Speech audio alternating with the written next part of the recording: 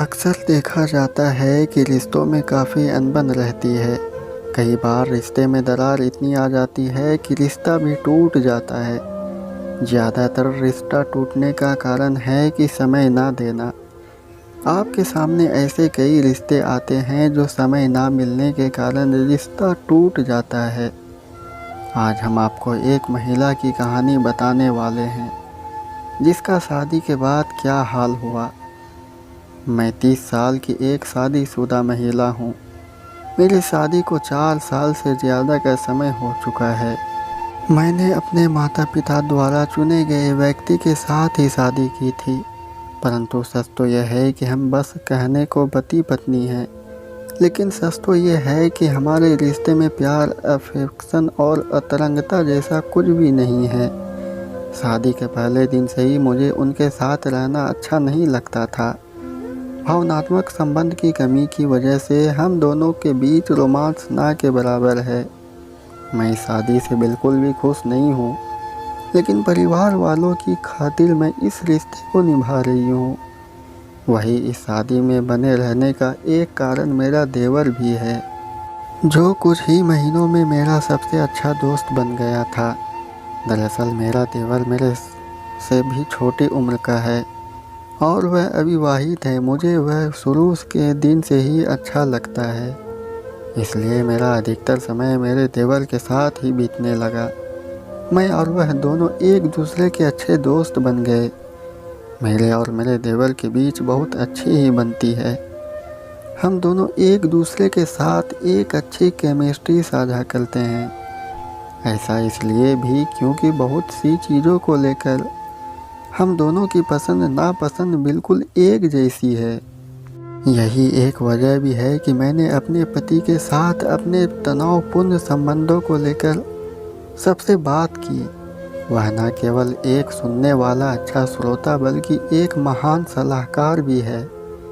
लेकिन समस्या यह है कि मुझे उसके प्रति एक अजीब सा आकर्षण हो गया। साथ में समय बिताते हुए हम दोनों देवर भाभी न केवल एक दूसरे के बहुत करीब आ गए, और पिछले साल एक दिन हम घर पर अकेले ही थे। उस दौरान हम दोनों के बीच रिश्ता भी बन गया। उसके बाद से हम पति पत्नी जैसे रिश्ते में ही हैं। हालांकि अपने देवर के नज़दीक जाने में मैं कुछ भी गलत नहीं समझती हूँ।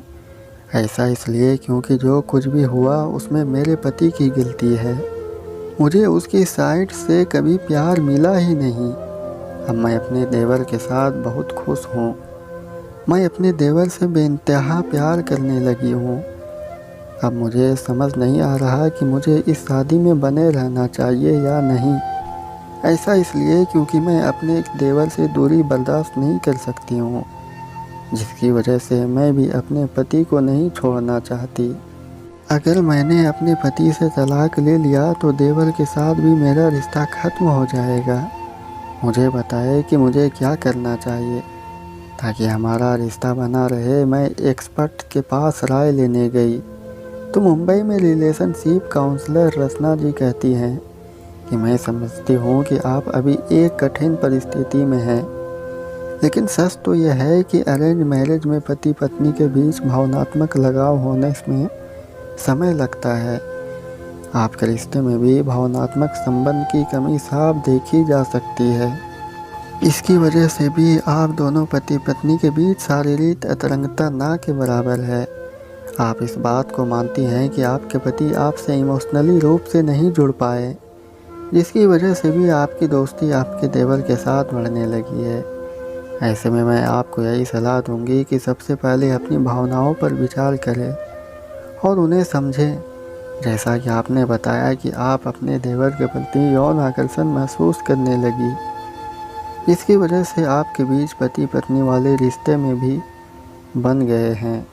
ऐसे में मैं आपसे यही कहना चाहूँगी कि पहले आपको ये भी देखना होगा कि आपके देवर की फीलिंग्स क्या है, वह आपके साथ कैसा रिश्ता चाहता है, क्या वो आपसे शादी भी कर सकता है।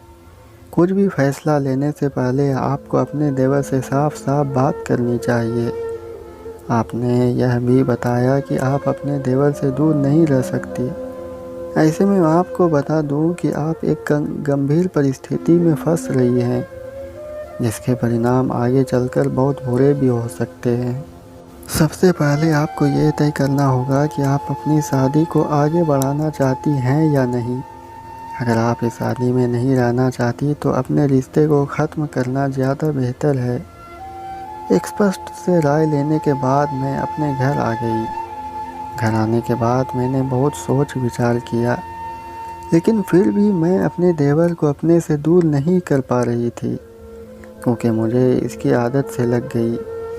फिर मैंने एक दिन इस बारे में देवर से बात करने की कोशिश की कि यदि मैं अपने पति को तलाक दे दूं, तो क्या तुम मुझसे शादी करोगे? लेकिन इतना सुनते ही देवर मुझ पर भड़क गया और बोला कि तुमने मुझे सोच क्या रखा है।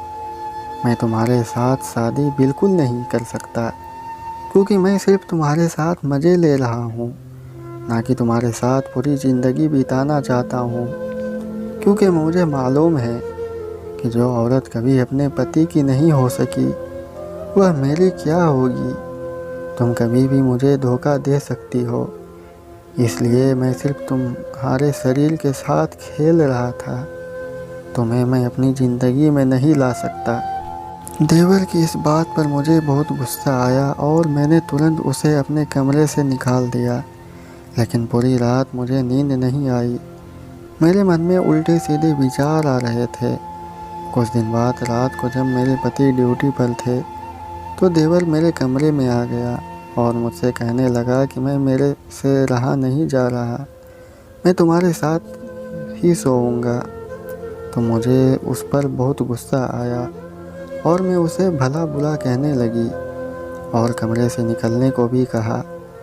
लेकिन कि बात बढ़ते बढ़ते इतनी ज़्यादा बढ़ गई कि मेरे देवर और मेरे पति दोनों से मारपीट शुरू होने लगी।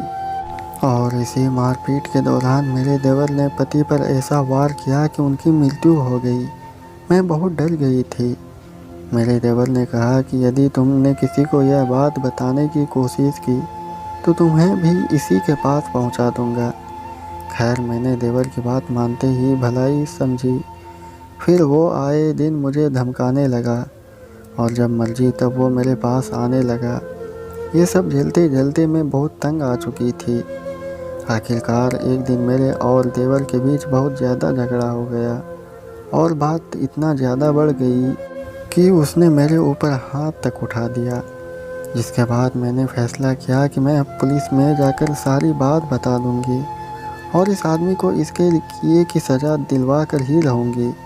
हालांकि मैं भी उतनी ही दोषी थी जितना कि मेरा देवर, लेकिन मैंने फैसला कर लिया था कि भले ही मुझे भी सज़ा क्यों ना मिल जाए, लेकिन अब मैं भी इस अत्याचारी देवर को छोड़ने वाली नहीं हूँ। मैंने पुलिस को सूचना दी तो पुलिस ने हम दोनों को जेल में बंद दिया। मुकदमा चला तो मेरे देवर को उम्र कैद और मुझे 5 साल की सज़ा हुई। अब मैं जेल में पड़ी पड़ी यही सोचती रहती हूँ कि मैंने कितना गलतियाँ जिसके कारण मैंने अपना पूरा परिवार तबाह कर दिया। खैर साथियों, इस कहानी से हमें ये शिक्षा मिलती है कि हमें अपने रिश्तों में, खासकर पति पत्नी के रिश्ते में, एक दूसरे को समय ज़रूर देना चाहिए, क्योंकि यदि समय नहीं दिया तो हो सकता है कि रिश्ता खराब होने में ज़्यादा समय ना लगे। इसलिए पति पत्नी को एक दूसरे के साथ निभाने के लिए समय का बहुत ध्यान रखना चाहिए। तो दोस्तों, ये थी मेरी आज की कहानी। उम्मीद करते हैं आपको पसंद आई होगी। आपका क्या कहना इस कहानी के बारे में, हमें कमेंट करके ज़रूर बताएं। वीडियो को लाइक करके चैनल को सब्सक्राइब कर लीजिए। साथ में घंटी को दबाकर ऑल पर सेट कर लीजिए ताकि आने वाली वीडियो तुरंत मिले।